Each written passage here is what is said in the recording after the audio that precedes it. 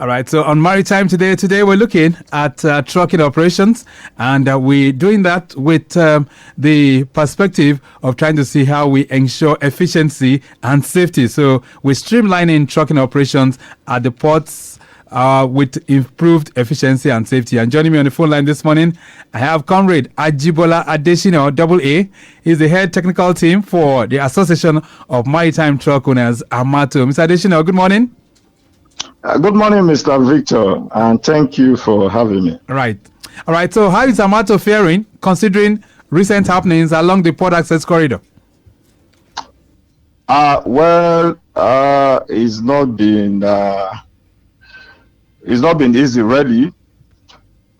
We have been grappling with, movement coordination of trucks into the port. Okay. Due to sundry factors, which, unfortunately, have been crippling, our port efficiency and, traffic issues. So in terms of efficiency, it's been very, very low in terms of, for trucking operations within that corridor then? Yes, it is, and as well as the teething problem, that goes with, those who are even able to move along. I say it is because if you look at the World Bank, I was looking at the World Bank report of 2023, which is still valid, today.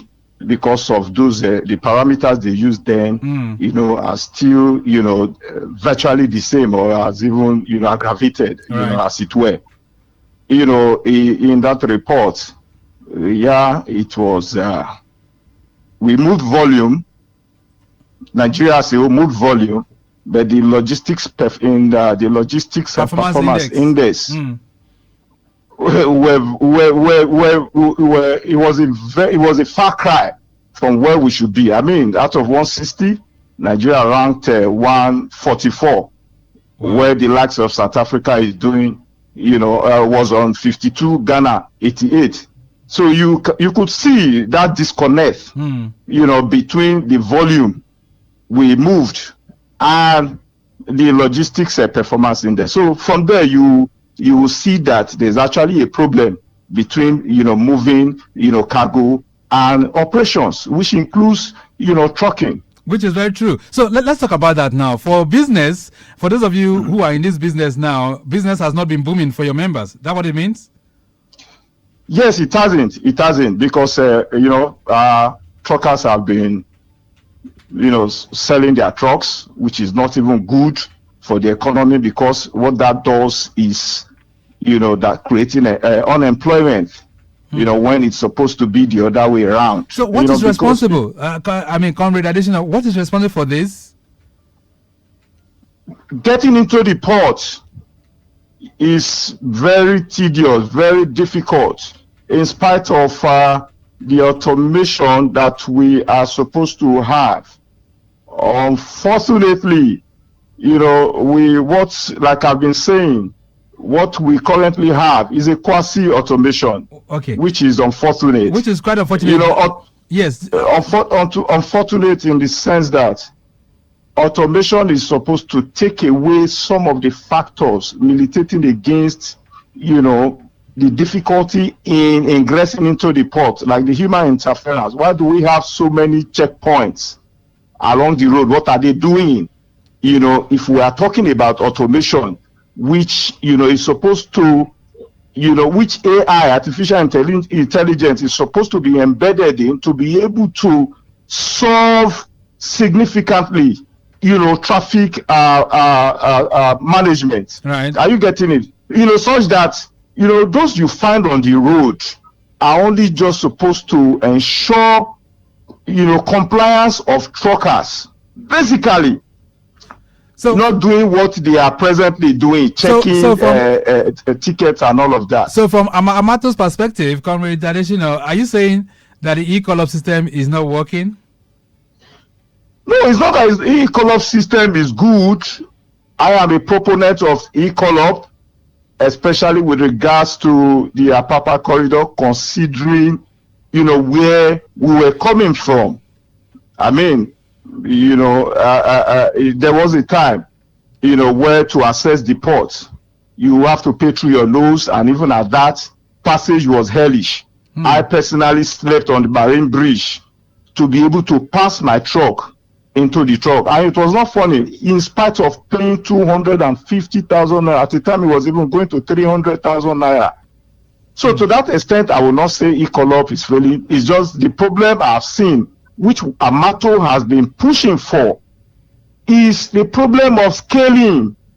Since the Ecolop started, right, scaling has not been done to be able to address in advance the teething problem we are now seeing. So what do you mean by scaling?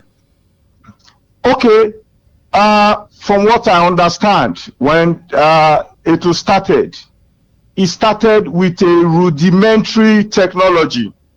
Okay, now they did not, their technology, it was just a case of, okay, manage traffic to ensure that trucks get into the port. Now, what happens between then and inside the port, was of no importance, as it were. Now, what I mean by that is this. There was no connection, integration between TTP and the various terminals. Okay. And there was also, a very poor, I would say bad, movement coordination between the frigates and the port, which gave room for, unscheduled trucks. That are coming to the ports. Yes, properly scheduled trucks to go into the port. Because one thing, yes, you book. We all can book tickets. You understand? Now, what that means is that as far as I have my ticket, and I'm able to meander my way through, I have rights, to be on the road, which shouldn't be, and which is why, for instance, AMATO has been pushing, for them to reintegrate an important component, to, automation, the Ecolop, which is what you find, in automated ports around the world. You talk about the South African port. So what is talk that? About the Shanghai port. Right. So what is that part that should be integrated into the automation system? The money, we call it is a truck scheduler thing, a manifest. It is embedded, it's already, existing in the to platform, but the way it is structured or the way it is designed presently, makes it very untidy, very, very untidy for anybody. For instance, we, AMATO, have been pushing for a proper manifest. Okay. Now, take for instance, APMT does about 1 million, is reported to, do 1 million TEUs annually. Right. Now, if you break that down, you will see that is massive for daily entry into APMT alone, for instance. Right. Now, what we have is a situation whereby, somebody will just send figures, send 1,500 trucks. Are you getting it? Right. And, at the other end, you now push out like 400 or 500 trucks on that road. I mean, it's not sustainable. Okay. So what we are saying, yeah. Right. So just a second. So let's do some statistical evidence here. So how many of AMATO's trucks ply the nation's ports on a daily basis? Do you know? Yes, I can. We are about 1,500 to 1,700 of AMATO's trucks that of AMATO's truck. In that figure, AMATO's truck should be around 1,000 trucks. Okay. So what are the strategies that are being deployed right now, by your team, in order to ensure that operations are a bit better off, are a bit efficient, so to say? What is AMATO doing as an association? Yes, okay. What we have been trying to do since 2023, with our president, a very vibrant man, even at, a septuagenarian, you understand, has been to, we're like, okay, these people are saying truckers are the problem and all of that, even though we know, that is Babadash. he decided to now, work out something, and the technical team, looked at it. We saw that, yes, this is actually an integral component missing that should actually aid automation. Now, what did we do? We came up with that truck scheduler system. Like we said, it isn't to replace, a tool in any way. In any case, it is just to, complement and to, reinvigorate, what is already in the system, make it more distinct. You get seamless for everybody to see, for it to be more transparent, for there to be accountability, and for there to be reconciliation. Because one of the things we also observed is that between the frigates and the trucks that eventually get into the port, there is nothing reconciling it. Okay. That is why you see trucks that are not properly scheduled, you understand, get into the port ahead of trucks that were validly released. Let's talk about other ports in Nigeria. Apart from the ports in Lagos, is AMATO, are your members in other ports in the country? Yes, we are, even though, we are. Yes, we have a presence. We have a presence in other ports. Okay. It may not be as significant as it is in the premier ports, yes. Okay, let's talk about the new ports now. So we have the Lekki Deep Sea Port as well. Are your members present there? Yes, we are. AMATO is very vibrant. AMATO, like I told you a while ago, we control about 90% of maritime haulage. Okay, which is good. So in Lagos, yes. Are you aware that the Lagos government is coming up with the e-call-up in the Lekki Deep Sea Port corridor? Well, I will say yes and no. Yes, because it's been in the news. No, because I am not aware, as the head of technical AMATO, that a stakeholders meeting was extended to AMATO, for instance, to be able to, give them, tell them areas, where they could work on to improve. Right, but I can tell you, Comrade Ajibola, that there's been lots of engagement that the Lagos State government has been doing. I mean, this e-collar for Lekki was supposed to take off in March. Due to more and wider consultation, it was, also suspended at that time. And I remember the Honorary Commissioner was here to say, well, we're trying to engage all the stakeholders in just so that we can have it good. Yeah, hello. Good morning. So we have a call on this line. Let me just hold on 1 second. Hello, who's there? Good morning.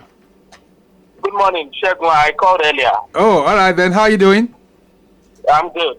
All right. So you want to speak with Comrade Ajibola Adesina? Yes, I just want to ask now, how come it's taking so long to solve a problem that's been occurring for over a decade?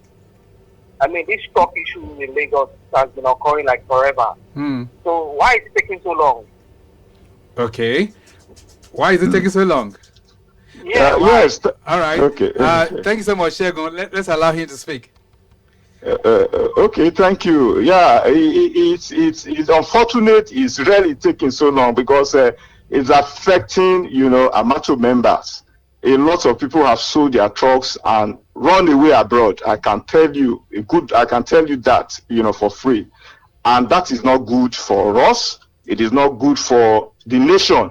Are you getting it? So, what I will say is to that is just that, yes, a lot of intrigues, even, from everywhere, within even the community, outside the community, trying to make, people trying to form a cartel out of, the situation, a lot of things, a lot of factors. Let's talk about the state of your trucks. A lot of people have complained that you have too many trucks on the road, they're always breaking down, always involved in one accident or the other. What's AMATO doing to ensure that the state of your trucks are in better shape?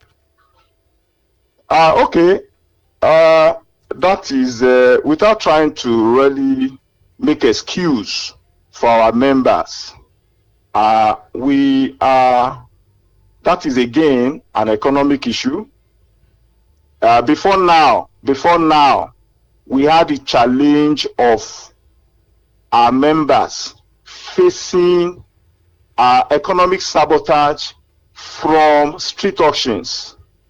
Are you getting it? Okay. So it took a lot of effort, a lot of sacrifice, a lot of blood, a lot of sweat to be able to at least manageably bring that under control, because that was it was a pain point, for us. I mean, you fix a truck today, you are on the road and somebody's smashing your windscreen, somebody's smashing your truck, somebody's removing your air hose, somebody's deflating your tires. Security people are there. I'm sorry, you understand, right. And they could. I mean, they can't do much. At the time. Are they still facing those kind of threats? Are they still facing those threats on the roads? No, like I said, okay, no, it has. We thank God. When we cried out, the federal government, the Lagos state government, did well. They intervened. Yes, to intervene. Even the Shippers Council, the MPA, they all tried. They intervened, but we still have pockets of those things happening, which should not be. Right. We want a total cleansing. So that's one. So secondly, the rates are poor for our members. Let's be very realistic. Okay, the state of the roads are also affecting the rates. The state of the roads was second. The rates. Okay, the freight rates are very, very poor. They are poor.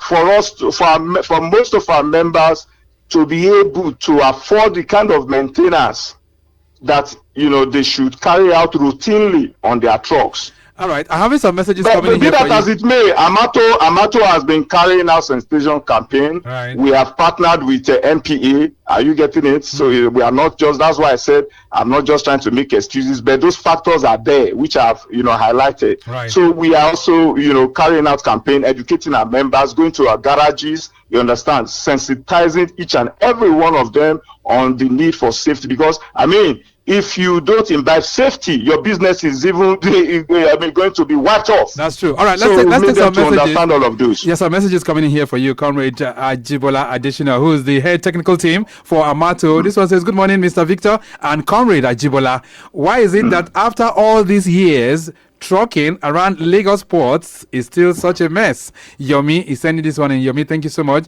Another one here says, "Good morning. What's actually causing most of the traffic and the delays?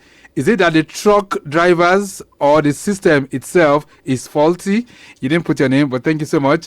Another message here says, "Good morning, Victor. Why can't we just have a proper truck terminal where people wait in peace and order?" Aziz is sending this one in from our Jaguna. So these are some questions for you quickly, because our time is not really our friend. But what do you think can be done, even moving forward, to ensure that we curtail all of this? Okay, for want of time, I'll tell you.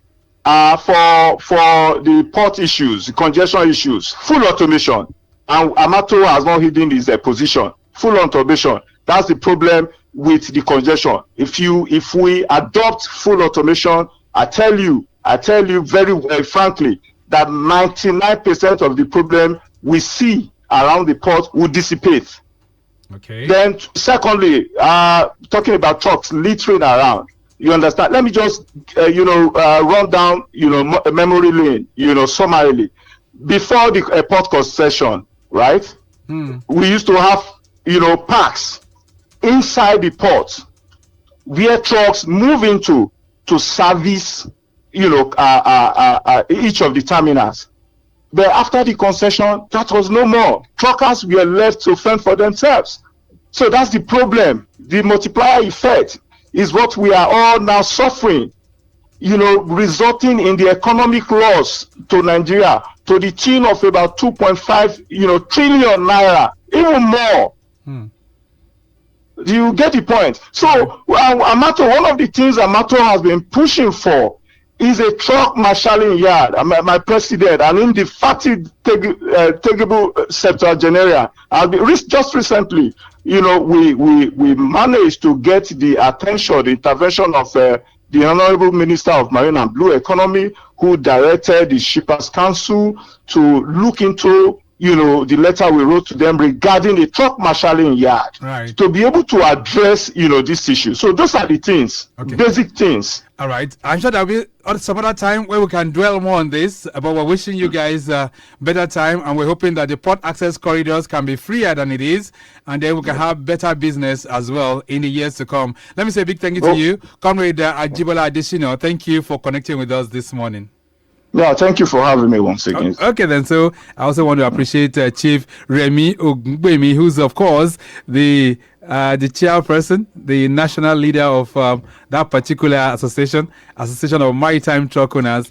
He's the one Comrade Ajibola has been referring to as the septuagenarian who's working tirelessly behind the scene just to ensure that we have better trucking operations around the port access corridor. We have to go. The program this morning has been produced by Mike James. I say a big thank you to Dio Anthony, and maximum shout out going out to Rebecca Damu, Assistant Director, Public Relations for the Nigerian Shippers Council. We do appreciate you all the time for making this opportunity possible. Same for the Executive Secretary himself, Temitope Olontoba in the studios. Our social media team, we do appreciate Okpayemi Shodunke and Remi Aluko. Our executive producer is Tayo Akonle. You can connect with the Shippers Council on all their platforms at NG Shippers. My name is Victor Oteri. Have a splendid weekend. Bye.